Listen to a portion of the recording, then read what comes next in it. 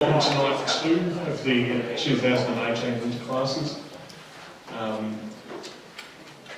It is warm in here again. We have had some technical glitches so far this evening, so I apologise in advance if the screens go blank, but might just have to indulge us a couple of minutes while I get everything organised. Just a little review about the quiz. We had ranged over 17 quizzes, we had between 85 and 35 people attempt at the quiz, which was really good. We have some good, some bad and some ugly. So for your references, Law 4 of all, 98.5% of the answers were correct, well done. And Law 14, the follow one, just under 92. The bad, Law 6 about the pitch was down at 63%, 62.5%, and the players were down at 71.2%. And the ugly, the creases, 54.5%. They don't give away 3 marks on the exam. You really need to know that. There are 20 marks about the creases. You can't afford to be giving 10 of them away, or 9 of them away. And ditto for intervals. There's not 20 marks worth on the exam, but there are questions about the intervals, and you can't be giving the majority of them away. So again, a reminder, the slides and everything covered in the winter classes are based on the Laws of Cricket 2017 code. They are not based on local playing conditions, but you are expected to know both. No blue book. Okay. Blue book, no other things. So our presenters again, we have our National Supplementary and State Umpire Panel members and our National Supplementary Match Referee Panel members. And tonight we have Sean on my far left, and Dale on my near left will be running us through this evening. So without any further ado, I'll pass over to these two gentlemen. Thank you very much. Well, Law 17, the over. Obviously it has 6 balls, and the start of an over is obviously when the bowler starts his run-up. So if there is an injury or anything of that nature, any other laws to apply, if he injures himself in the run-up, then he started the over. Then we move on to balls not counted in the over. And we've got a list there. Obviously mean that it's called upon or considered dead before the striker has had an opportunity to play it. It won't count as one of the over. The umpire calls and signals dead ball. The umpire calls and signals dead ball if the striker's not ready. It's a no ball, wide, and the various 5 penalty runs are awarded under those clauses, which are not listed, but there is a player returning without permission, fielding the ball when he's returning without permission, or fielding the ball illegally, deliberate attempt to distract the striker, or deliberate distraction, deception, or obstruction of the batsman. The one everyone would probably focus on there would be mock fielding. Any questions on any of that so far? Good. So continuing on. Calling of over. The umpire that bowls in should call over when 6 balls have been delivered, legitimate balls, and when the ball becomes dead. So the technical points around that is not to go too early. So don't over anticipate, don't try and call it too early. There'll be examples further on in this that when the ball's settled and becomes dead, so to speak, this is a similar instance, don't prematurely call the over in case the play is still going on. And obviously it should be called loud enough for others on the field to hear. Obviously errors in counting. The law specifies if there is an error, it will count. Bowler changing ends, obviously be aware that he hasn't bowled the previous over, etc. Finishing the over, other than the end of the over, the bowler shall finish the over in progress unless incapacitated or suspended. So running on the wicket, other warnings, etc. And the bowler being incapacitated or suspended, as mentioned before, if he started his run-up, the umpire shall call and signal dead ball, and another bowler must complete the over. Okay. Is there any questions in relation to that so far, or we want to keep going?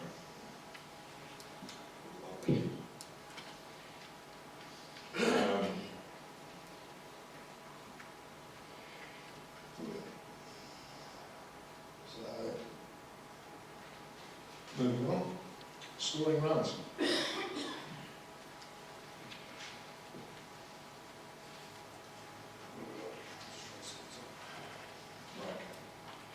Right. So in general, we all know the basis of how runs are scored. But how the exact definition is the batsman cross ball running from end to end. A penalty is scored. Penalty runs are rewarded. And if they fail to make their ground, vulnerable to dismissal, run-outs, etc. Short runs occurs when a batsman fails to make his ground on turning for a further run. It's a failure to complete a run which causes a short run, and the following conditions apply in respect to. It can only happen if more than one run is attempted. And for more than one short run to occur, then at least 3 runs have to be attempted.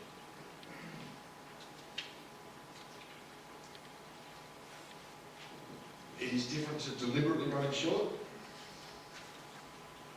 and as soon as the ball becomes dead, if you believe it's a deliberate run, in the first case you'll disallow that run and any previous runs completed prior to the incident.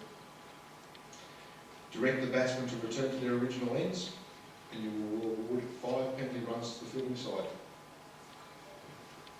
If it occurs again to any subsequent case, any batsman in that innings, then the above procedure is repeated, as well as awarding of further penalty runs to the fielding side and reporting.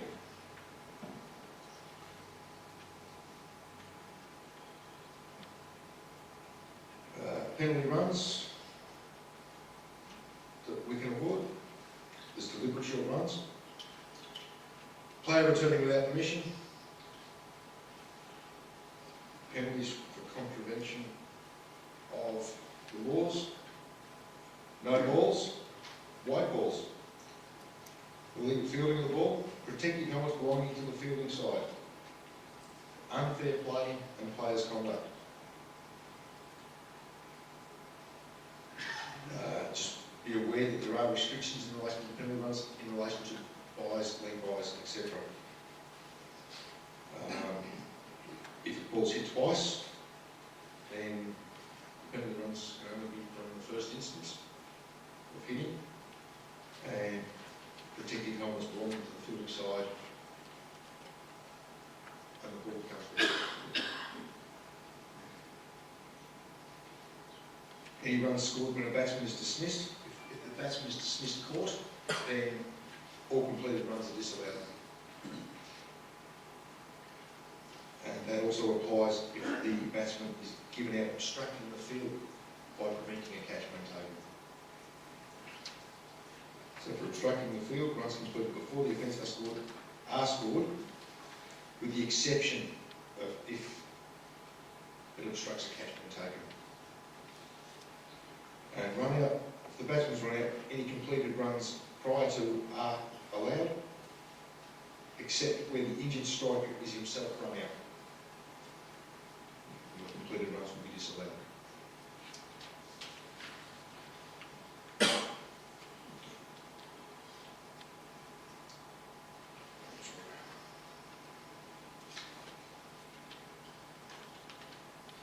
Batsmen returning to their original end that they've left. And the law provides the cover to ensure the batsmen finish at the correct end, which can commiserate with the number and manner of runs made.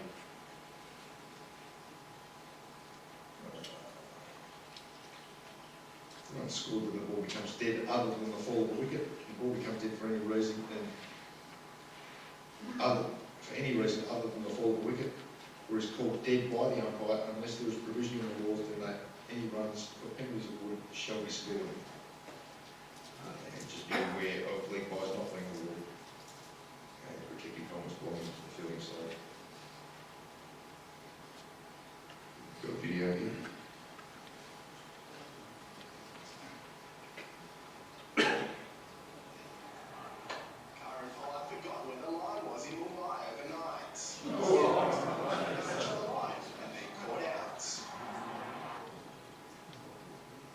Short run. What's the process? What's the protocol? You can remember, what does it say? Come on. Speak up. Yes, penalty. So what's the penalty? What's the process? So what comes first? Yep.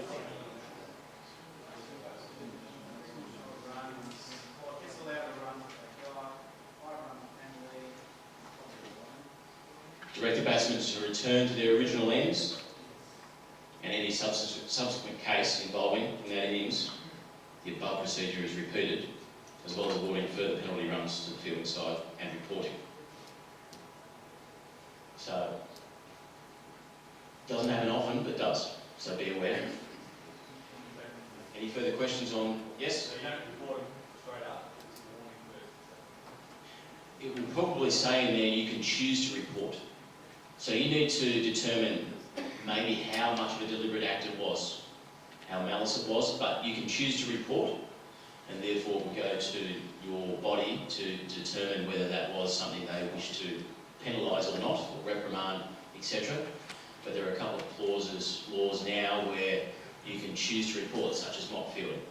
So there's all the other things, but it says you can elect or choose to report.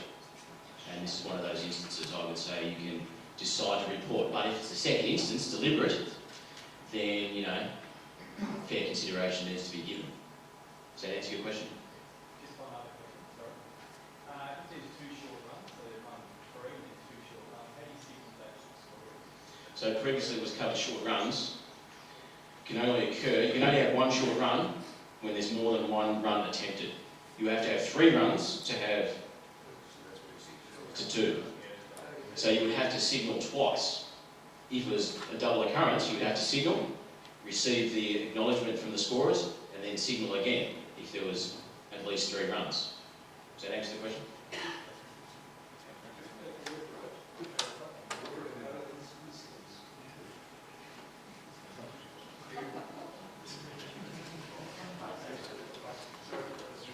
You could technically award, yes, 5 penalty runs for each, but I would keep it simple and start with the first one. Disallow the run that was previously completed prior to the incident. So, you know, you've got to choose one.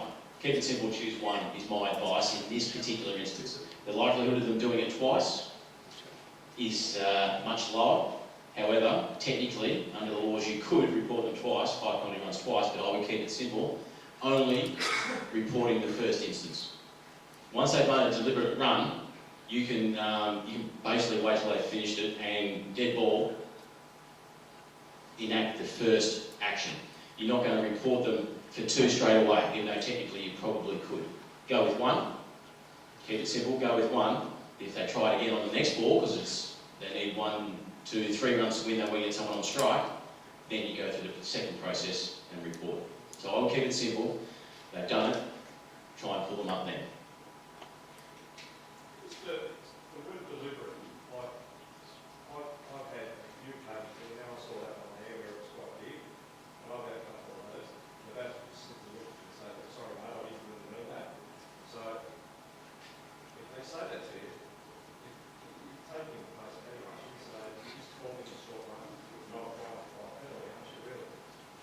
Or, You can call a short run if you do not believe it's deliberate. So it's something that you've got to judge at the time. You've got to assess whether they've deliberately looked at the line and made a conscious effort not to touch beyond the line.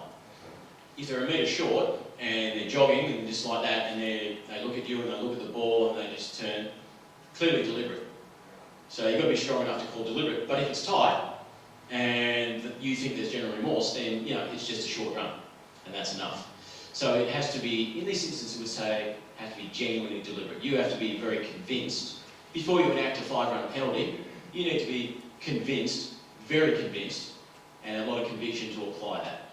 So I'm not saying don't be lenient, but be sure, and be very sure that, no, take your time as well. You may even wish to consult with your partner. Going to your partner buys you time. Go to your partner saying, I've seen this, did you see it as well? He may have, if he didn't, say, well, this is what occurred.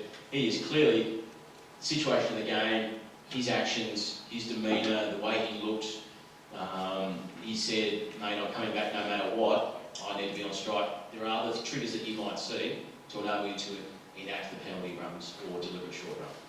Does that help? Or last one? Last one. What if batsman get out by taking the swing run coming back? Deliberate shot, coming back, gets out.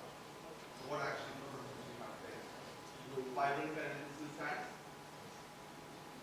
As soon as the ball's dead. Yeah. Ball hits the wicket, it's out. So in that situation, what you're going to be looking at, there is, batsman's definitely going to be out run out, because that's occurred throughout the course of the ball's still in play at the time. And you're still going to penalise for a deliberate short run. Fine. So you're still going to go through the process of the deliberate short run. You're still out.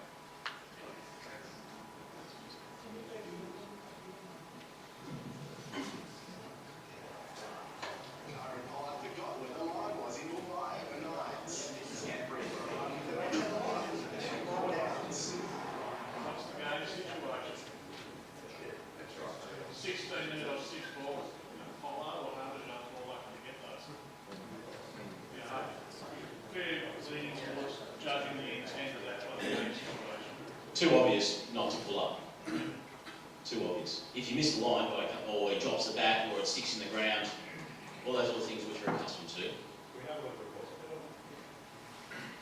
I'm going to say he wasn't, from memory, when he should have been. And he's, I hate to say he's a serial offender because he bowled a deliberate wide and no ball in the same competition to prevent someone from getting 100. So he's not a particularly pleasant person who plays by our normal rules. So unfortunately, you can get a reputation, so that may lead you to make a decision, which you shouldn't. But based on him and him playing in the Big Bash, I would say that was deliberate, unfortunately. He made another filter that's sharp, and knowing that he's got to get back quicker, He knows full well that they're going to throw it to his end because he's slow, turning to wickets. When he gets going, he's quick, but they know he's slow, he's going to throw to his end. Because for the 5 overs before, they'll throw every ball to his end. So there's game situations you can be aware of, and match awareness, to know that what he's doing. You're not always going to pick that up, but he's a serial interest. So that sort of covers the field technique which is involved in that, the observation of all those sorts of things. Like the batsman making all his ground before turning. That were the field techniques that we were going to go through anyway. So it does say, for a short run consultation, umpires should always consult if there's an unusual situation. The call of one short must always be made when the ball is dead. The umpire should ensure the call and signal are acknowledged by the scorers, position of each batsman when the catch is taken, all those observation things. When all this stuff's going on, remember who's at what end, remember who bowled the ball, etc., etc. That's why we've got a notepad. Still me. Boundaries. Pre-match inspection was mentioned by Johnny Ward last week. Reference was made previously. Pre-toss, discuss with the captains the law in case there are any anomalies. Agree that the boundary of the field of play with both captains. Ensure that no part of sight screen is within the grid field of play. Advise the captains if necessary any decision in relation to the boundary status. Overhanging trees. It's much easier to say at the start of the game, if the ball hits the tree, it's going to be 6, and when it's halfway through the game, oh, that should have been this, that, and the other. Rollers in the middle of the ground, all those sorts of things, just decide them before. Walk around the boundary as part of your process because it's happened to all of us. Local grounds, more often than not, will have a tree. The MCG doesn't have a tree overhanging it, but the sight screens will break down. At the Tasmania, at the Wacker, sight screens break down, things fall onto the ground. There's all these sorts of things that do occur. So pre-ground inspection is we go and inspect the ground prior, the day before a game, to cover over or off all of these issues. Defining the boundary.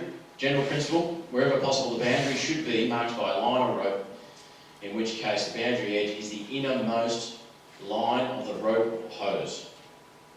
There is no difference in application of this law, regardless of whether the boundary is marked by a fence, board, line, rope. The principle stands regardless of the nature of the agreed boundary marking. Examples are, obviously we've got the fence there, flags or posts or boards. Obviously edge of the gutter, the innermost edge. And obviously markers, and it's going to say here that it is a direct straight line between markers and the inside edge of the markers. Does that make sense to everyone? It's a straight line. Even though we've blown it over, the markers there, it's a straight line between them. The players will not know that. They will assume it's a curve. Not that you can see it from the centre edge of the boundary, but when the opposition goes and saying it's boundary, that's just something you need to be aware of. Unless there is a line on the ground. If there is no line, it's assumed to be a straight line between markers. The ropes are the best. Local customs should be followed on the allowances for boundaries as well, so you guys might know your local grounds better than others. Open fences, different gutters, goes from gutter to boundary to marking, to white line, to witch's hat, etc. And obviously covering off the trees, as I mentioned before, and the sight screens. So sight screens, as per the laws, should be outside the boundary. One for safety as well, but should be clearly marked, and the boundaries, as you will see, will come in and go around. So Steve Waugh can't take a catch and run behind and still give it out. Is the whole ball, does the whole ball have to be over the line, or just the bottom? It's only if it's touched. So any contact. So the ball can be over the boundary and still be caught because the player's leaning over as long as it's not in contact with the boundary.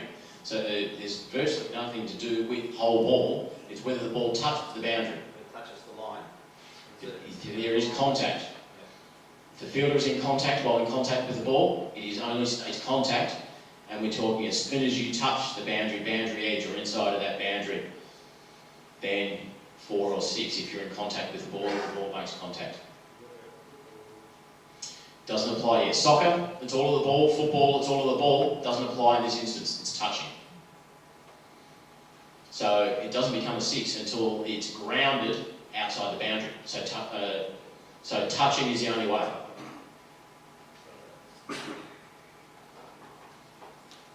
Clear? Is that clear enough or help? Scoring boundaries. So we're moving on to as touching. Fielder with some part of his person in contact with the ball touches the boundary or grounds any part of his person beyond the boundary line. A fielder in an attempt to stop a boundary may physically field the ball inside the boundary, but in turning allow a foot to stray over the line. Typical T20 type situation happens far more often, sliding, etc.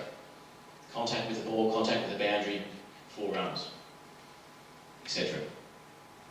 The ball having crossed the boundary in the air is first touched by a fielder whose last contact with the ground before touching the ball was beyond the boundary edge. So what does that mean? So it's the same law, there's no change to the catching law or being grounded beyond the boundary, but what's the most important part there? Anyone? Perfect. So prevents gaining an advantage from starting outside the boundary. You can run towards the boundary. As long as you touch the ball and you've left from within the field of play and you haven't leapt off the boundary rope, you can touch the ball. You can throw it up in the air and then land outside the boundary. You can then jump up in the air and touch the ball again and throw it in the air. As long as you're not grounded outside the boundary or touch the boundary, throw it back in. There will be a video coming up. Neither ball nor fielder, while in contact with the ball, touches or is grounded beyond the boundary. Now that law change last year only applied to subsequent fielders. So if you were the second fielder coming along, you couldn't start from outside the boundary. Previously you could. The first person could touch it and the second person could start from outside the boundary, jump in the air and touch the ball. It's now any fielder, second, third, fourth or fifth, his first contact or her first contact must start from within the field of play or not be touching the boundary when they leap in the air. Is that making enough sense? Roll the video. Oh, Steve Smith in the IPL was a perfect example. Any other acts that we need to cover off? No. So let's take 20 examples where they capture the ball over the boundary,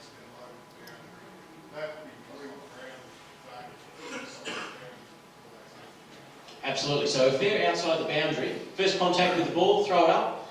Second contact, they're outside the boundary, jump in there and touch the ball. They throw it back in the boundary and they don't get back in, play on. Answer your question? Same for the subsequent fielders as well. Any field of play. So if they're outside the boundary, if they're outside, then outside the field of play, then grounded outside the field of play, it's a boundary for a 6 or 4. Okay. If they throw it up in the air. Yep. Step outside. Yep. Jump back in the air and catch it, land back inside. Yep. No problem. So they can jump from the outside. Correct, because their first contact was from within the field of play. Their second, third or fourth contact, so they could stand outside the boundary jumping in the air, as long as they weren't grounded, and throw the ball in the air until they were able to get back and complete the catch. They've got to control their motion, they've got to complete the catch within the field of play. As many touches as they like outside the boundary, as long as they're not grounded or touching the line or the rope, as long as their first touch started within the field of play. And their last touch is inside. Correct, to complete the catch. If they throw it back in and don't complete the catch, play on. Clear as mud? Visual demonstration? No. So, failure to comply with the goal results in attempted catch becoming a boundary 6 or the field ball becoming a boundary 4 or play on, depending how it's contacted. Great for the third umpires ever in T20, happens often, but it's happening more often. Very hard to see from the central position, but you know the concept. You know, you've got to make a call. You've got to potentially understand that if you're asking a fielder, was that 4 or 6? Bad question. Ask the fielder what happened. What did you do? Oh, I had the ball in my hand and I was touching the rope. Great, thanks very much. So ask him a question that leads you to the answer that you want. Don't just say, was that 4 or 6? Because the players don't know the rule. They won't know this rule because even Cameron White gets it wrong. So be aware that if you have a situation and there's no replays, no nothing, which there won't be, and you've only got the crowd to go by, you've got to ask the fielder, what happened? Did you touch the ball at the boundary? Oh yeah, that's not 4. Thanks very much. Score it. So make sure you ask a leading question. Boundary 6, boundary 4, run scored. Penalties for no balls wide shall stand in addition to the boundary. More than 4 runs completed, complete more than 4 runs. We're still going. Overthrows. So including the running progress. So there's all the things you're not going to remember, but including the running progress, if the batsman have crossed at the instant the ball reaches the boundary, you've got to count runs. Overthrows, any runs completed. Then somebody deliberately throws the ball over the boundary or deliberately tries to throw it to another fielder, that's a deliberate act, you've got the boundary plus the runs. So I'm oversimplifying it, but you've got to read through the runs in progress, and if it's a deliberate act, you add them together. If it's not a deliberate act, then only the boundary counts. So he drops the catch on the boundary and it goes for 6, it's only 6 runs, not the run they might have completed. If he deliberately drops it and then throws it in disgust, it's a deliberate act. Runs plus the boundary. Making sense? So you need to, there are examples in there, not on video, but through here. So again, boundary signals, positioning. If you're at square leg and there's one to hit to square leg, there's nothing wrong with walking out to square leg so you might get a closer view. Lots of little tricks you can have, and then if he drops the ball, then you walk back in case there's a run out going on. So you can position yourselves maybe to get a better look at what's going on and help your mate out. Any other questions along those things?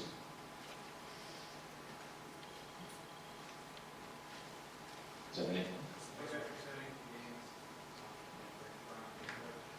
Well, if it's completed runs, they start. Run 3 and they get all those. Yep, so 3, striker should be at the non-striker end.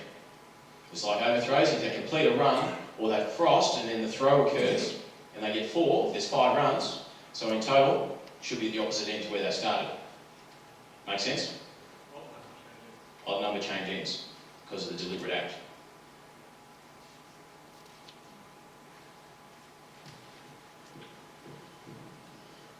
Dead ball.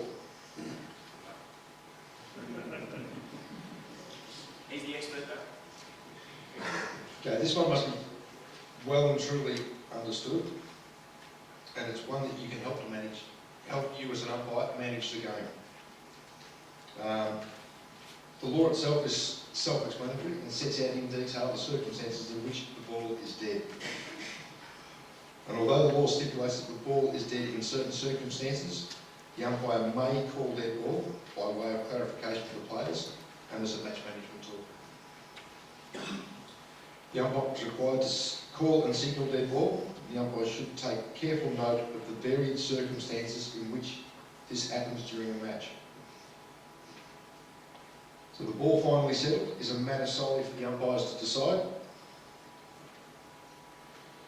Ball not settled but dead, and the law at section 21.2 addresses the situation.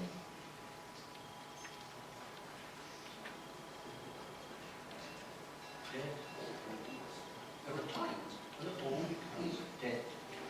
Some are automatic, others are down to the judgment of the umpire. Once the ball is dead, nothing can happen which affects the scores or the game until the ball becomes live again. Here are some common examples where a dead ball is automatic. The ball is automatically dead when it is finally settled in the hands of the wicketkeeper or of the bowler. This is effectively once everyone realises that nothing else can or will happen from that particular ball. Or when a boundary is scored. Or a batsman is dismissed. Or when the ball becomes trapped between the bat and person of a batsman, or between items of his clothing or equipment. Or even the clothing of an umpire. There are times when the umpire must decide whether the ball is dead. For example, when there is a serious injury. Or when, less seriously but no less distracting, the striker is put off by, say, a bird flying in front of his face. Quite reasonably, the umpire will signal a dead ball. There are indeed many instances in which an umpire may signal a dead ball. Too many to list here.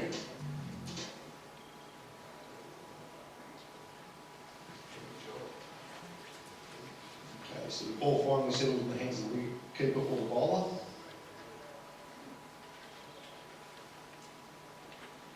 And it's important to note that it's finally settled. Because if the ball gets thrown to them and then they turn and attempt a run out, then it has not settled. Obviously a boundary scored. Batsman being dismissed, ball becomes dead. Now if the ball lodges in the clothing or equipment of a batsman or the clothing of an umpire, the award of penalty runs under a player returning without permission. Or if the game is concluded, as a result is achieved. Any contraventions of either illegal fielding of the ball or the protective helmets belonging to the fielding side generally kept behind the keeper, then the umpire intervenes in case of unfair play as well. If there's a possibility of a serious injury to a player or an umpire, then you will call dead ball. Now that is for you to decide, and don't be afraid to actually just call it if you think it's a serious injury. So if a batsman struck and is severely injured, collapses on the ground outside his crease, it's a dead ball that can't be run out. Make sense? Now if you've got reason to leave your position and go and consult with your colleague, call a signal. If one or both bails fall from the striker's wicket before he's had the opportunity to play the ball, and the ball is dead, you call it.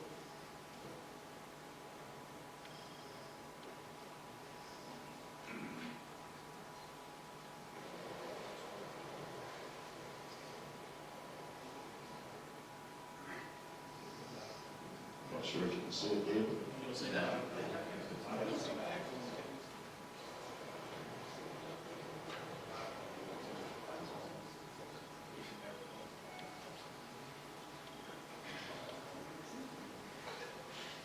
if you as an umpire aren't satisfied that the striker's ready to receive the ball, and if it is delivered, he or she makes no attempt to play at it.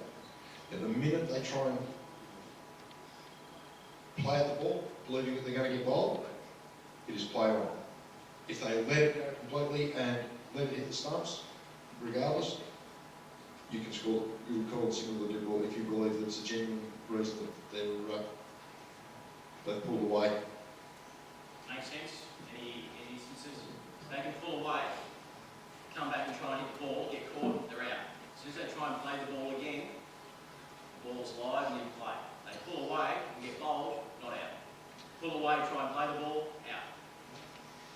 If with an injury, like the batsman gets he's outside the crease, like you said, doing his photo running out or whatever, do you actually signal dead ball? Or? Yes, you should try and signal dead ball before it occurs, but even if it's after, you say no. Dead ball at the instant he became injured and was incapacitated, you signal dead ball. So even if you're late, it's still not out. You should make that call. So there is an even grey area where the batsman could get struck, say, and where he might wander around and then fall into wickets. You could then have to make the determination whether that was part of playing the ball and he's out, or whether it's because of the injury, is he out? And you could give that not out potentially as well because he's injured. So it can become that grey.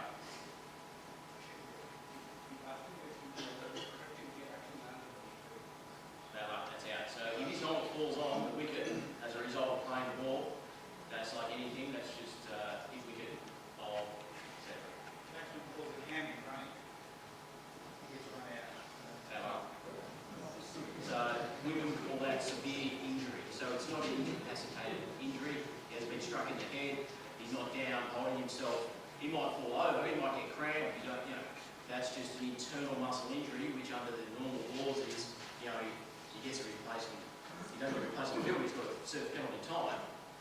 But if he's going off for general medical reasons and blood everywhere, then we're looking at the extremes, not just because we're pulling muscle. With serious injuries, we're generally looking at external blows. In relation to the ball becoming dead when it reaches the wicket keeper without the batsman, you said that depends on whether the wicket keeper wants to start the something before the ball is dead. What if he just slips it first slip Dead ball. and then slip? Dead ball. Dead ball. As soon as he takes it, throws it. For those up the back who, hang on. For those up the back who may not have heard that, gentleman down the front here has asked in relation to the ball settling into the keeper's hands, and if the ball is flicked to the first slip, who wants to take a throw at the stumps, ball is dead in those circumstances. The best thing to do is let first slip take and throw the stumps down if he doesn't want to throw it. So you can't. Keeper does that. Everyone thinks the batsman is entitled to think that is dead ball, and that's almost deception. Well, not, may not doing it deliberately, but almost. There was one instance that the outfield bowler straight in his hand. He couldn't release the ball properly and the ball went over to the second slip. If his ball hasn't reached past the perpendicular, dead ball, no ball. So it hasn't landed on the wicket, it's landed past the crease, so it's at least dead ball, possibly no ball, depending where it's bounced, where it hasn't. If it lands off the wicket, it's no ball, so no ball, dead ball. If he hasn't released it correctly, in the umpire's opinion, dead ball. So that's if he drops it in his run-up. If he completes his arm action, and it's delivered, no ball, dead ball. So if he hasn't completed his action, probably dead ball only. So I should have started with that, but that should be dead ball, shouldn't be able to be run out. If he's very close, unfortunately, we've got to make that determination. We don't get the assistance of tally or anything like that. If he hasn't completed his action past the perpendicular, that's deemed to have not delivered the ball correctly. In the umpire's opinion, he's deemed not to have delivered the ball correctly, dead ball. If he's come over the perpendicular, bounces twice, doesn't land on the wicket, no ball, dead ball. I've got one initial.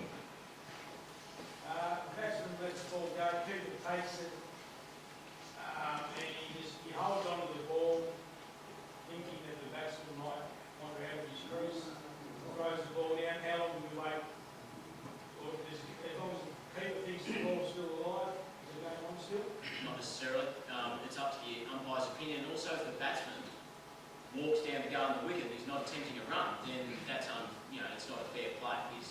So there is certainly a grey area there that you need to determine whether he's waited too long. It's like the wicketkeeper trying to take a stumping, waiting for the striker to overbalance. How long do you wait? But if he believes the ball's been taken, the batsman thinks it's dead, and goes to guard the wicket, I'll be calling that dead ball. If he goes to take off a run, it's taken off, the bar's taken off, that's fair play. So it's not an easy one to judge, but you've got to assess it at the time about what's going on. Again, come and talk to your mate. If you think there's conjecture or there's something you need to talk about, or you think something needs to happen, but buy yourself time to consider what's occurred. Go through it. In that circumstance, more than what you should be taking your time. If you think you're going to give it out, your first reaction, or there's a grey area and you're uncertain, you can give it not out, you give the benefit, not that there's any benefit anymore, but there's too much doubt. The batsman might be like a defender walking down the crease, average crease. The people might think, oh, he's doing it a fair bit, I've been trying to collect the sun, see what happens. Correct, but you've got to assess that, that's why the law's there, so it's fairly, not unfairly. So you've got to judge a few things and a few laws in that instance. Lots of questions. I just got a bit confused. The bowler comes over perpendicular, the ball lands halfway down the wicket, off the wicket. Yep. The batsman, it's a no ball, and the batsman can't strike it. Well, yeah, if you can reach it, you can strike it, but Did it's you a just no say ball. no ball, dead ball? If it bounces more than once, it's a dead ball. If Okay. it bounces once, you can strike it, but it's a no ball. Don't get into it now. Okay. It'll come up, you'll have to go over it again, so otherwise we'll be complaining for hours, so we'll have to move on. But there's 3 or 4 laws there that you've got to put together for no ball, dead ball. Sean, just on the serious injury, if the batsman's struck a nasty blow and say comes off his chin straight onto the stumps, That's out. and then he falls over, he's seriously injured. It's in the act of playing, it's occurred straight away, so it's come off him straight on the wickets, that's out. If he staggers around for 3 or 4 steps and then staggers back and falls on the stumps, you may well judge that as dead ball before that occurred, because it's the injury that's caused him to fall on the stumps, not the act of the delivery or facing the delivery. So, not an easy distinction to make, but for us it seems quite clear in that instance. Okay. Call and signal dead ball if you deem the ball lost or unable to be recovered.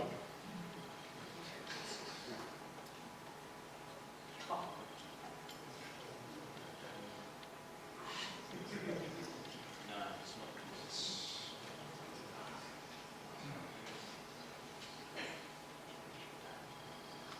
All right. More questions? Here we More go. questions? 2-question limit. Unfortunately, we have put it down. Ailing deep in a crease, 7 to 8. Well bowled. It's going to be a single. It is a magnificent win to the Renegades. Would you believe it? Having only put on 120. Wait. This will be very, very interesting. Sixers, aware that Emma Ingles did not take the stumps off, they have snuck through for another run. They're asking now, the Sixers think that it's a tied game. Emma Ingles thinks it was a dead ball. The umpire, Right, votes. I think, is going to kick. What's the vote? So dead ball or play on? What is it? Hands, dead ball. Hands up, dead ball. Hands up, play on. Oh, everyone's seen the video, it's cheating.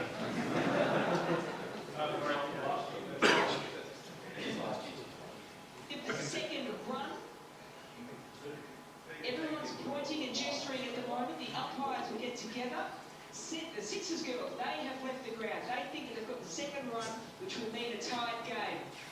I've never seen this rule before. This is incredible. It is. They have created a tied game. Watch here.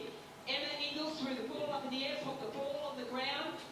Great awareness by the Sydney Sixers. That's Sarah Ailing waiting to see what happened there. That's amazing cricket from Sarah Ailey. That is absolutely outstanding thinking. And unfortunately, the Renegades have been caught napping, and now we're going to get a super over. Sounds like it's pleading her case, but I don't think it's going to get her anywhere, and the game will continue by the sounds of it. Most definitely, they need to get their heads around what's going to actually happen here, the Renegades. They can allow Amy Satterthwaite, Emma Ingles.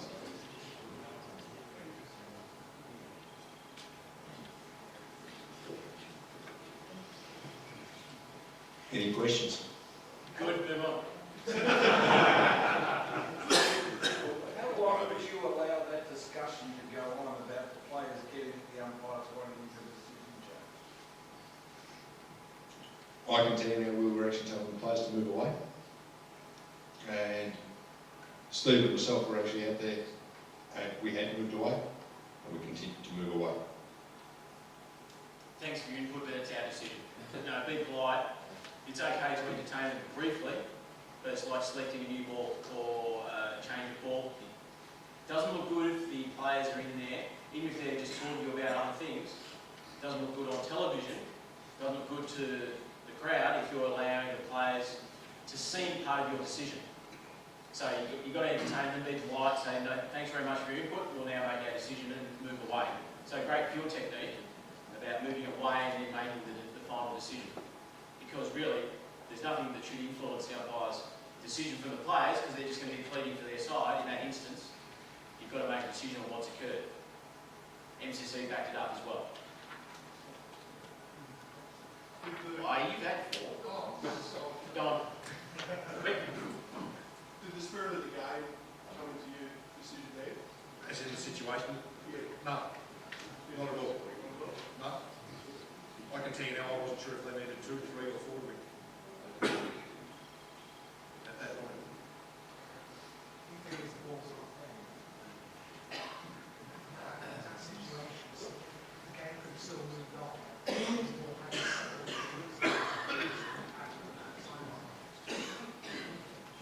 Settled in the club's only part of it. All the participants involved in it have to believe no further play. When clearly Sarah Ailey, who was the striker, who was at the non-strikers end, running for second, didn't believe there was no further play possible. And Amy Satterthwaite, who was the bowler, who was charging up the pitch and dived with the ball in her hand to try and effect the run out, didn't believe the ball was dead either. There's a situation in the Big Bash 3 years ago. Kevin Peterson batting, Carl Arnold bowling. Drummond, inside leg off Peterson, Wade's taken it, thrown it up in the air, appealed. The batsman had run, leg bite. The wicketkeeper chose to appeal, throw the ball in the air without a square leg, play on, because it was not out. So, you know, wicketkeepers have now learned since that, take the bails off, kick them over, make sure it's obvious that they have ended the play in some way, shape or form. Which would be enough in that instance to say they've taken the bails off, yeah, start celebrating. Thanks. Ball is not dead if there's an unsuccessful appeal. As Sean just explained.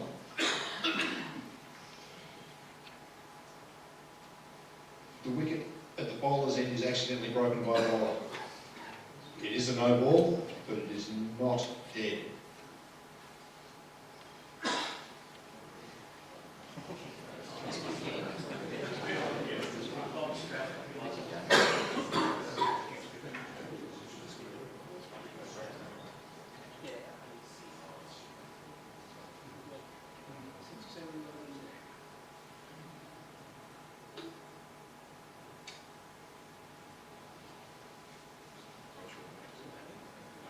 But that's the first ball, the second ball. Yeah, Change that's that. the part that's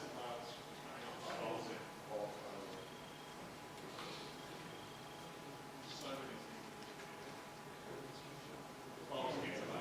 Now, at that time, wasn't a no ball. Play on.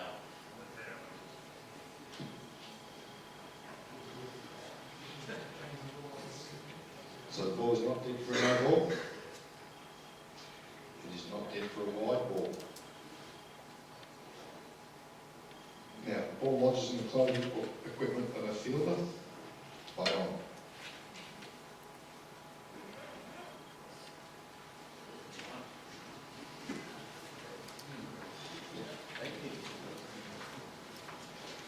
No ball. This is where we get to fair delivery, mode of delivery. Every umpire who officiates in cricket should have a clear understanding of the full meaning of the no ball law. I would suggest you understand this one from the exam. Great importance is placed on the exam, is placed on the umpire being proficient in knowledge and application of this law. No ball situations.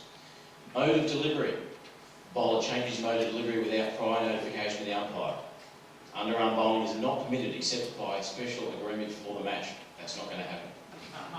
It's part of the umpire's duties to give the striker his guard. If requested, the batsman generally takes guard. Advice of the bowler's mode of delivery. Any change without notice is unfair. Round the wicket, left arm, right arm. The umpire at the bowler's end will immediately call and signal no ball. The law now states that underarm bowling is not permitted except by special agreement. Fair delivery of the arm. The bowler is considered to have thrown rather than bowled a delivery. Specifies that although it is primarily the responsibility of the strikers and umpire to ensure fairness of delivery in his respect, there is nothing to bar the bowler's end umpire from calling signaling no ball if he considers the ball has been thrown. Umpire should take notice of the definition of the law. Umpire should be aware of the procedures set out in the law. Ball thrown or delivered underarm action by umpires, which sets out the process. In Premier Cricket, which hopefully most of you are aspiring to at some stage, it's recommended that you probably report the occurrence, as in write it down after the game, and they get a mention. You need to be 100% sure if you're going to call live Darryl Hare-like on field. So the advice is to make note of the balls 25.8, overs such and such, time, bowler, striker. Pertinent details you put in your notebook, come together if you need to, if it's quite severe, speak to your partner, note them down, report it in writing to your governing body so that they can take action. Not that I've got sympathy for bowlers being a batter, but it's a bit unfair sometimes to call them if you're suspect, so that's what it's a suspect action.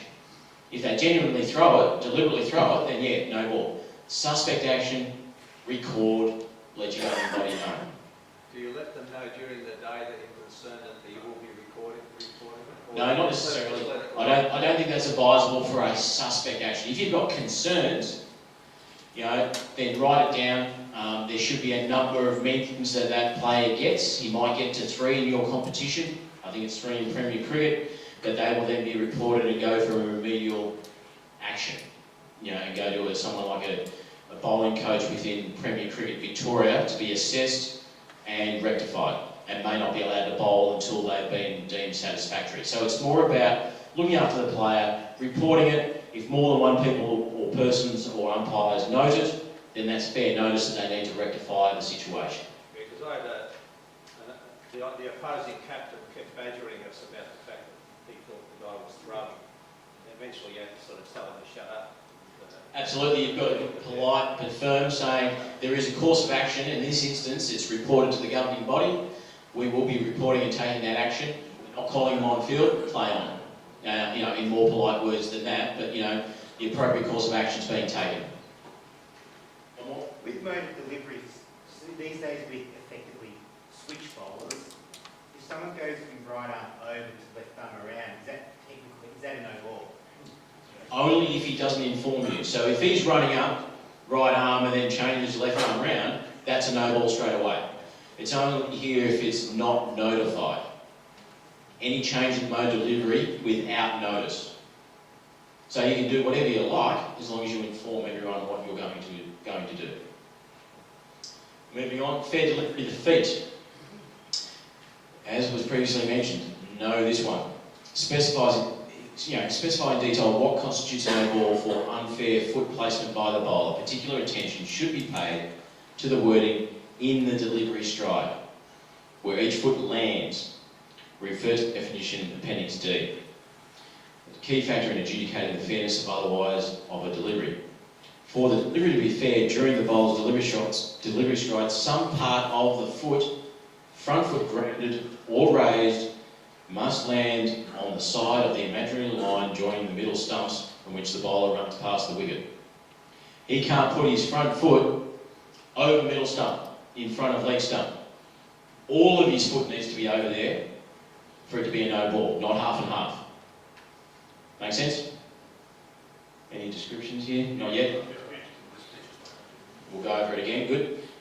If the bowler's front foot lands behind and then slides over the popping crease, the imaginary line joining the middle stumps in delivery stride, then it is a fair delivery. It's where, in all instances, it's where the foot first lands, not where it slides. The back foot must be inside and not touching the return crease. So if its back foot is in the air over the return crease, no contact, fair delivery. Lands then slides, fair delivery.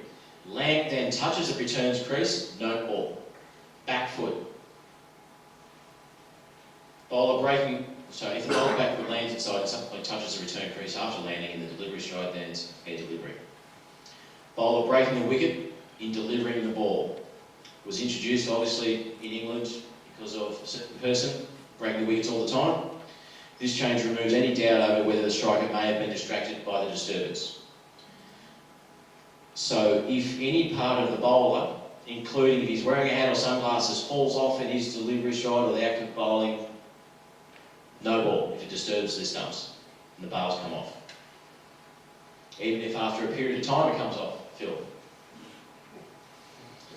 Bails being blown off by the wind.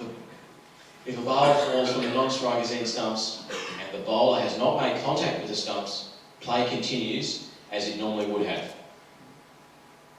Bowler has to knock the stumps off, not the wind. Or the wind of his foot going past needs to be contact. Bails on the ground, no one knows how the wicket was broken, play on. No call and signal of no ball. Playing without bails on a windy day, the no ball playing condition, bowler breaking, still applies. Umpires will have to use their best judgment on the day. They'll be looking for a disturbance, noise or movement of the stumps. Basically, it's the same as a run-out situation, any contact. The bowler contacts the stumps, no ball. Makes sense on what's being referred to there? Bail disturbance only seen and not complete removal from the top of the stumps? Question mark. If the umpire sees the bail lift but not fall from the top of the stumps, the no ball law does not apply as the wicket has not been broken. The bowler throws towards the striker's end. Law 21.4 covers a situation where the bowler throws the ball towards the striker's end before entering his delivery stride. As the ball has been thrown, it is to be called and signalled no ball. Note, the striker is subject to the run-out law even though he is not attempting a run. Good. Ball bounces more than once, rolling along the ground and pitching off the pitch, as referred to previously. No ball will be called if the ball bounces more than once or rolls along the ground. Change now includes the ball is called if the ball pitches off the pitch before it reaches the line of the striker's wicket. What does that mean? If the ball pitches off the wicket before the stumps, it's no ball. If the ball pitches off the wicket past the stumps, it's a wide. Clear as mud? Hard to remember when you're in heat of the moment, but that's where it's at. And again, I added the technical determination before whether the ball's been delivered correctly or not because of the perpendicular. Again, hard to determine, but it's up to the umpire to determine whether the ball's been delivered correctly or just a dead ball. If it's been delivered correctly, no ball, dead ball, depending on the circumstances. Again, you'll have to read it several times for all of that to sink in. But again, come up and ask after if you need to. Ball comes to rest in front of the striker's wicket without having touched the bat or the striker. Note, the umpire is also required to call and signal dead ball immediately following his call and signal of no ball. Fielder intercepting a delivery. If the ball makes contact with any part of a fielder's person before it makes either contact with a striker's bat or person or it passes the striker's wicket, the umpire shall call and signal no ball immediately and signal dead ball. So if it hits the short leg fielder, no ball, dead ball. Well, if it goes on to the striker, it's no ball, it can't be given out. If he's lucky, he can give it a whack, but good luck in doing that. I'd like to see that happen, and I don't want to umpire if it does. Yeah, blank looks, that's right, we can talk about it later. Other laws. Position of the wicket keeper. Obviously can be called a no ball if he's changing his position significantly. Limitation on onside fielders, depending what's going on. Playing conditions, that'll come into your local playing conditions. How many fielders on the leg side? Fielders behind square leg, probably in the laws of cricket, more apt. Fielders not to encroach on the pitch. obviously not to touch the cut surface. And then some. So technically the actual wicket is a certain width. It may not be cut to that width, so technically you can call a no ball, but good luck calling that and justifying it. But technically, be proactive. Tell the fielder not to be close to the wicket. If you're playing on a turf wicket that's cut skinny and he's standing next to it, technically it can be a no ball because the wicket is certain width. Is that making any sense? Dangerous and unfair bowling.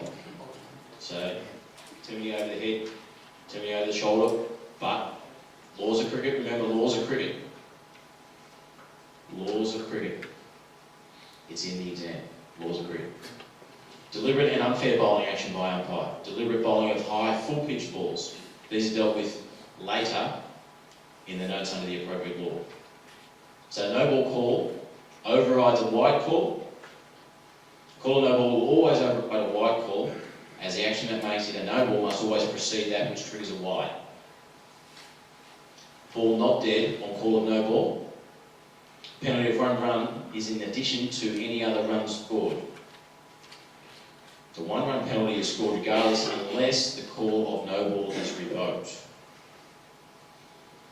Out from a no ball. Bats can only be dismissed from no ball on the following ways.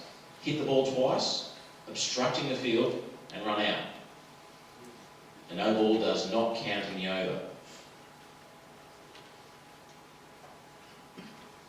Field technique. Calling a no ball needs speed of action and considerable concentration. The calling signal of no ball must be made as soon as possible after any incident of play requiring it. And after the call, the umpire must continue to pay attention to play elsewhere until the ball is dead. Self-explanatory. The call should be loud enough and clear. As happens in the Big Bash, you may see, you can make the call, the crowd might be too loud, you might need to call it again. Sometimes square leg might need to call it if it's over waist high, etc., etc. Only when the ball is dead should the umpire look to the scorers and signal. Make sure you get confirmation. No ball, position of the feet. The infringement of the law relating to the placement of the ball of the feet is the most common reason for a no ball. The position of the umpire that bowls in when calling for a foot fault is important. The umpire must be in position to observe without hindrance, watch the bowler's foot placement in relation to the crease markings, quickly transfer his gaze to the ball moving towards down the striker's end, and watch the play. So what happens if you can't see the front foot? Alright.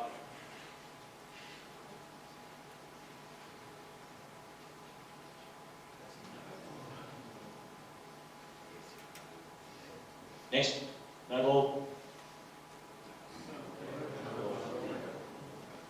Good luck, no ball. Next. Back foot, no ball, good. Good. Is there any other notes, whether it's a raised heel? No? Good. Next. What does that mean? Hands, fair delivery or no ball? Fair delivery? No ball? Fair delivery. So it actually has to touch the line for the back foot. You have to touch the line. And if the foot slides across the line, it's his first placement. Fair delivery. That's a no ball. His foot breaks the wicket, ball delivered. Next. What happens if the ball's not delivered? Excellent. Can't be a no ball if the ball's not delivered. Next. Example. No ball bouncing more than once.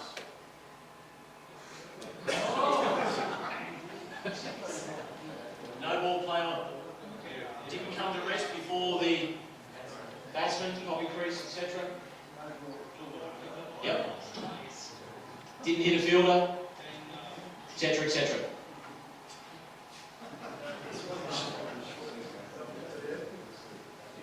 Well, Johnny Howard.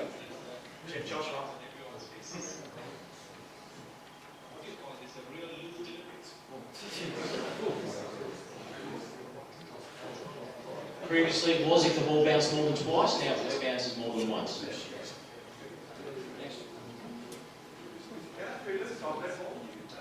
Yeah, if the fielder picks it up, it's interacted with the fielder, it's still a no ball. You'd have to call no ball dead ball, but yeah, the fielder could step in front of it to a degree if it was a deliberate act, and yes, prevent the batsman from playing the ball. Too hard to judge, isn't it? You have to do something. I would keep it simple.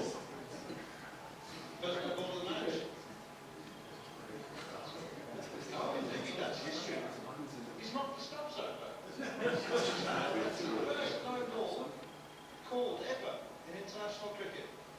Right, because a bowler dislodged the bails, but it's not just the bails.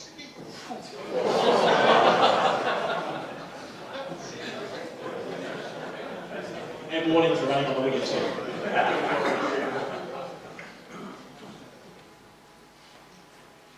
Yep, ball pitching off the wicket. So an example of the width of the wicket versus the actual width of the measurements.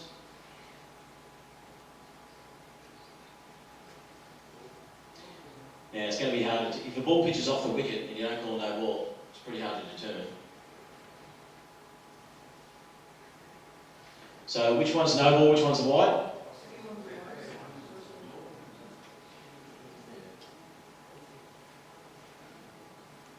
It's got to pitch past the stumps. Next.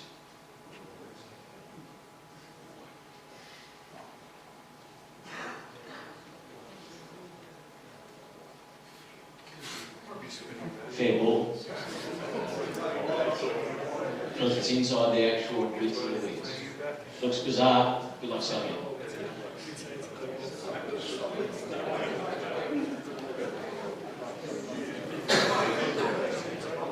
How much do bowlers hate wides? This much, and more. So, what constitutes a wide ball?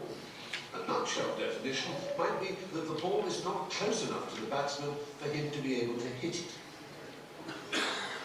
It's much to do with the position of the batsman as the wickets. If the batsman brings the ball sufficiently within reach by stepping towards it, then the same ball would not be judged a wide.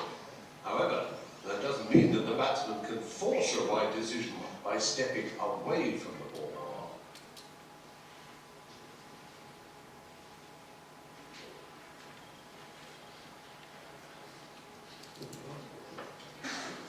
Wide.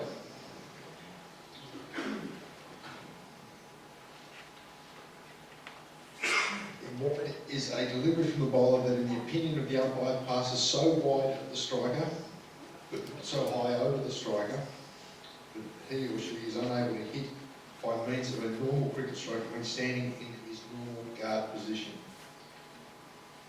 So the ball passes overhead high to the striker standing upright is now a no ball, and is dealt with under that rule.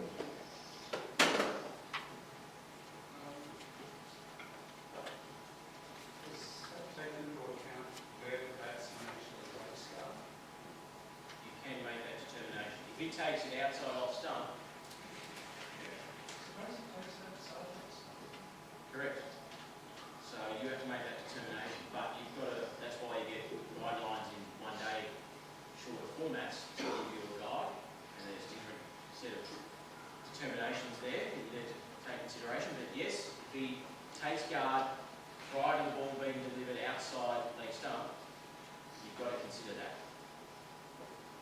But then you've also got to determine if he's moving as well, which we'll go on to. So as we continue on, it might help to answer. But yes, you've got to take that into consideration.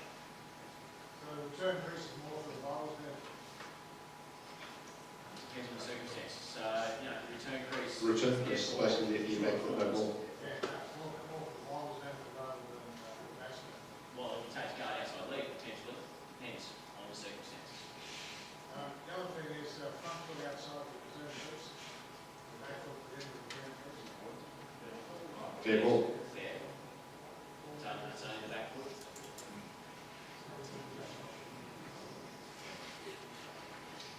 Okay, so what is not a wide? ball is not a wide if the striker moves to a ball which would have been out of his reach in his normal guard position, but having moved, brings it to within his reach. So in other words, if he chases a wide delivery and brings it within his reach, it's not a wide. The striker, by moving away from the ball, or by leaving his normal guard position, puts it out of his reach to try and make it a wide. Ball is not a wide and therefore fair delivery and play on. It's not a wide if the ball touches any part of the striker's bat or person. The umpire will call and signal, the bowler's end umpire will call and signal as soon as the ball passes the striker's wicket.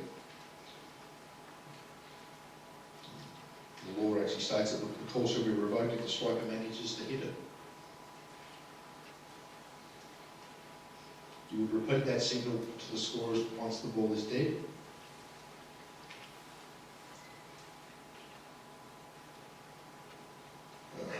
The penalty of 1 run is in addition to any other runs that are scored. And the 1 run penalty is scored regardless of what happens unless the call of wide is revoked.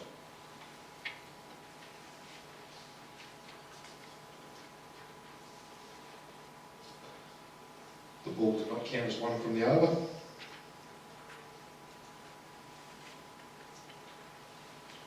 And to be out from a wide, either batsman can be dismissed if they are out under the laws of obstructing the field or run out.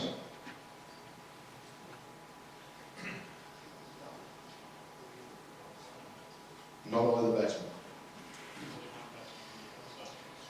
Also out from a wide is the striker under hit wicket or stumped. So just be aware that it's either for a couple of those methods, but only the striker can be out hit wicket and only the striker can be out stumped.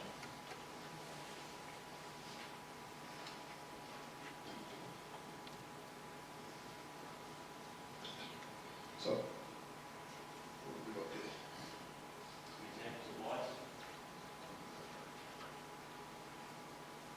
Ball passes so wide they cannot be played with a normal cricket stroke. So just be careful, and there is the last note here, in our notes. Laws of cricket, 4-day cricket, 2-day cricket, not shorter forms of the game, where you will have more often batsmen moving around or playing different strokes, trying to create strokes, etc., etc. Laws of cricket. Can he play a stroke? Can he play a normal cricket stroke?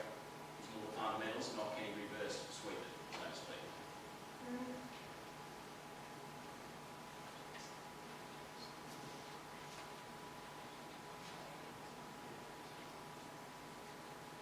Yep, fair, making sense?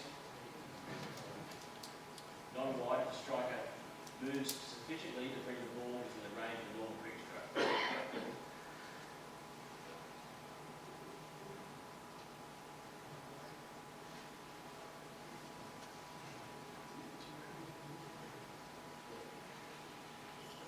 Again, be careful, there are some PCs that will be determined whether it's outside the return crease or not. Laws of cricket. Not wide, if the striker moves sufficiently to take the ball out of range of a normal cricket stroke.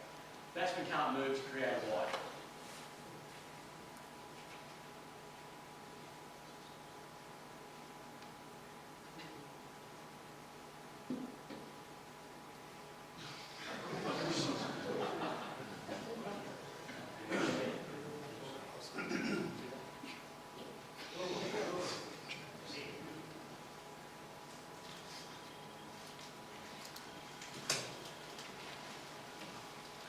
Any questions?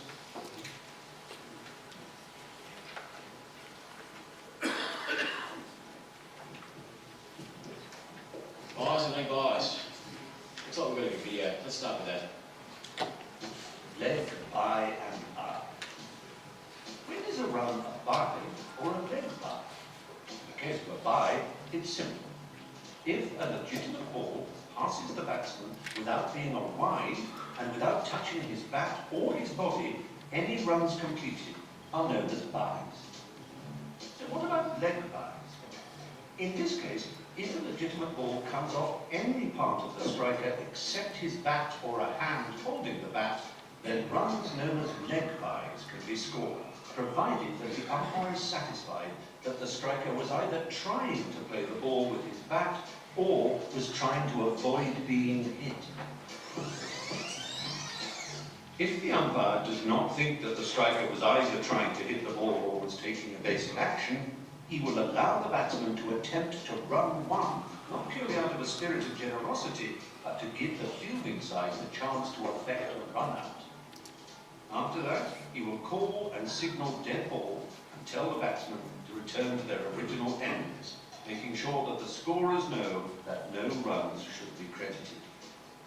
Byes and leg byes are added to the total of runs scored by the team, but not awarded to the individual batsman. Right, so it's now keeper buys and bowler buys. What's the difference? I'm just kidding. Because of those late looks, eh? Buys are scored when the batted ball passes a striker without touching the bat or person in any way, and runs are taken. Leg buys is not without certain complications, but runs completed are credited as leg buys to the batting side when their ball has been called a no ball. Gee, that doesn't make sense, that one. Method of interception. The umpire must ensure that it was the striker's dress or person which intercepted the ball and not the bat, or the hand holding the bat, in which case the runs would be credited to the striker and not scored as leg buys. Leg buys apply if the ball hits only the striker's dress or person. Striker attempts to strike or avoid. A further complication is the umpire will allow only leg buys if he is satisfied the striker attempted to play the ball with his bat or try to avoid being hit by the ball, so taking evasive action. For example, the striker ducks to avoid being hit by the ball and he is struck, leg buys are permissible. Disallowance of leg buys. Explicit instructions in the law where leg buys are not permitted and the circumstances governing these and the procedures are followed are detailed in Law 26.3. This should be studied with some care and attention will be focused on the umpire when the situation arises. Application of the law. This is a law where a surprising number of field errors could occur and the field application calls for considerable experience. Attention to the law and consistent concentration will do much to avoid errors. Field technique. By, described in the details there, signal should be given a little away from the pitch, the wicket area to benefit the scorers. Leg by touching the raised knee, etc. Timing. Wait until the ball is dead. Hit or not, bat, hand or person. Many umpires, even very experienced, will encounter some difficulty in differentiating between genuine leg buys and touches on the edges of the bat. Obviously, the striker will be playing the ball at the instances of near contact. It will be difficult to determine. The ball is on the outside of the bat, then it may be easier to judge, but inside edges may cause problems. Sound, not necessarily the sole criteria, but obviously you need to use all of your experience. When a shot is played, if the striker makes no attempt to play the ball, leg buys are not permissible, as was said there. If the striker ducks to avoid rising balls and hit in the law, leg buys are permissible. The action of the bowlers and umpire when disallowing leg buys should be positive as soon as one run has been completed or the ball crosses the boundary. Call and signal dead ball and direct the batsman to return to the original ends. The umpire must ensure the scorers acknowledge the signal. Wide and no ball penalty. Penalty allowance for wide and no ball is in addition to any other runs completed, and the no ball penalty allowance stands even if leg buys are disallowed. That is where we conclude, apart from two questions. One. Always been an interesting point of conjecture where you disallow a leg by because you say they haven't played a shot because they've simply gone to block the ball. What do you do at Premier Cricket level when you're determining whether they've played a shot when they've merely come down and blocked the ball and they argue that they've actually tried to play a shot? The question you've got to ask yourself about is where is the bat? If it's tucked right behind the leg, are they genuinely trying to get the ball to the bat? That's what you've got to ask yourself. It only says he has to be attempting to play the ball. It doesn't have to be a good shot. So, you know what I mean? Just because it's a bad shot and a bad attempt doesn't mean he's not attempting to play the ball. It might be a tail ender. So, I think you need to provide leniency in that, in that situation. So if the bat is just above the head, playing for a blocking classified as making a go with the head. Absolutely. It needs to be completely deliberate, letting the ball go. For that to be, it needs to be very obvious, in my opinion. They're all going to argue that because who's going to give it? Are you really going to give it based on the bat being close to the pad and being a terrible shot or not a good attempt at trying not to play the ball? It needs to be, it needs to be a really poor attempt and not playing the ball for you to decide to make a serious decision on. Yes? If the ball hits the bat and goes for the boundary, it will be his run. So If the ball hits the bat, it's runs and he's run out. The pad. but he's not trying to hit the Okay. If you deem that he's not playing the ball and you only call and signal dead ball at the completion of the run. So he is entitled to be run out. The building side are entitled to run him out. If he thinks he can run, he's entitled to be run out or allowed to be run out. And if he gets run out, he's out. You call and signal dead ball at the completion of the run, if nothing else has occurred.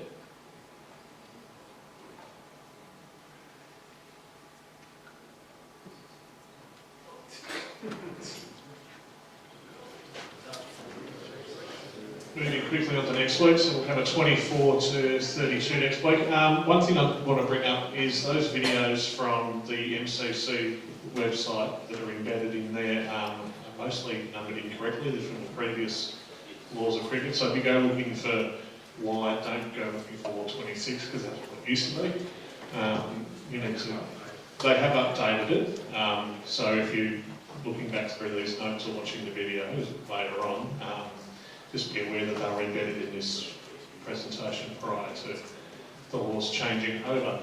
I'll activate the quizzes for this week tomorrow morning. More welcome to go in there again and have a try.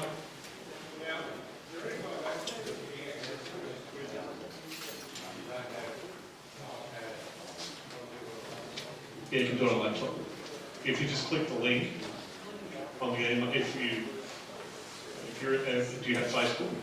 Do you have Facebook? Okay, so you need to email me and I will send them out, and I have probably 20 people that have sent that on Facebook. So I've emailed the lecture or the session notes plus the links for all the Kahoot. So if you just click on the link, it will take you straight to their homepage and just plug it in.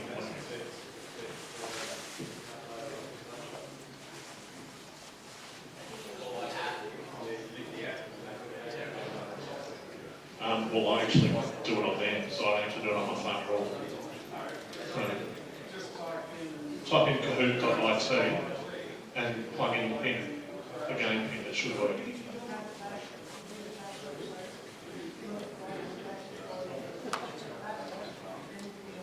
That might be it too. I usually realise that we're around to go about it. It's in the email, so it's actually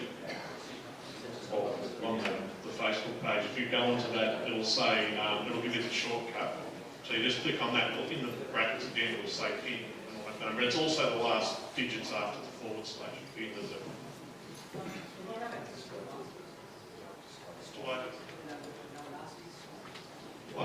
Last week's quizzes will be opened up after week 5. So they're closed off now, because I want people to focus on these laws. But for review prior to the exam, they'll all be opened up. So after that, law 41 and 42 on week 5, I'll open all the quizzes back up so you can go get another go. Okay.